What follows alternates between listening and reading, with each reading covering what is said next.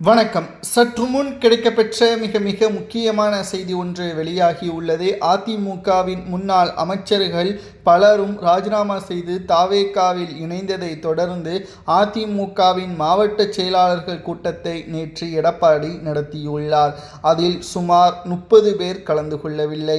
அது மட்டுமல்ல, அதிமுகவில் தற்பொழுது இருக்கக்கூடிய எடப்பாடி பழனிசாமி அவர்கள் பொதுச்செயலாளர் பதவியை தானாக முன்வந்து ராஜினாமா செய்ய வேண்டும்.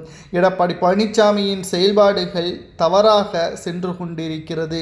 முதல் முறையாக அதிமுக 3வது இடத்திற்கு சென்றுள்ளது. இது தொடர்ச்சியாக நடைபெற்றால் அதிமுக வேறொரு தலைமையை நோக்கி செல்ல சூழல் உருவாகும். தற்பொழுது எடப்பாடி நேற்று நடைபெற்ற மாவட்ட செயலாளர்கள் கூட்டத்தில் மீண்டும் 0வில் இருந்து தங்களது கட்சி பணிகளை தொடங்க வேண்டும். ஏனென்றால் ஒவ்வொரு மாவட்டங்களில் இருந்த அதிமுகவின் பெரும் புள்ளிகள் சுமார் 40% அதிமுகவில் இருந்து ராஜினாமா செய்து தாவேகாவில் இணைந்து விட்டார்கள்.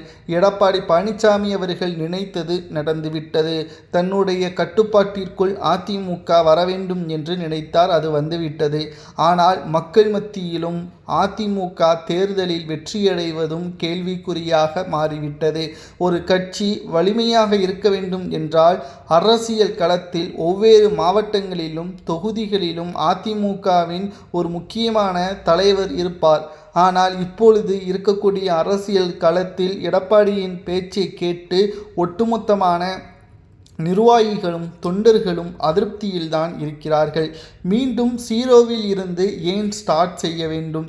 தாவேகா புதிதாக 2 ஆண்டுகளில் ஆட்சியை அமைத்திருக்கிறது. ஆனால் 50 ஆண்டுகளுக்கான அதிமுகவின் நிலைமை ஏன் இவர்களை பார்த்து பயப்பட வேண்டும்?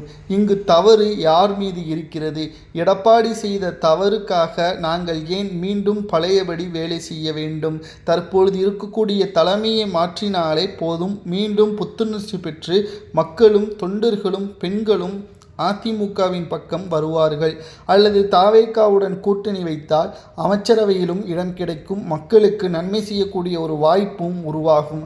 அதன் மூலம் வருகின்ற தேர்தல்களில் நாம் களத்தில் போட்டியிட்டு வெற்றியடையலாம். எடப்பாடியின் தலைமையின் மீது 11 தேர்தல்களை நாம் எதிர்கொண்டோம். ஆனால் ஒன்றிலாவது வெற்றியடைந்தோமா?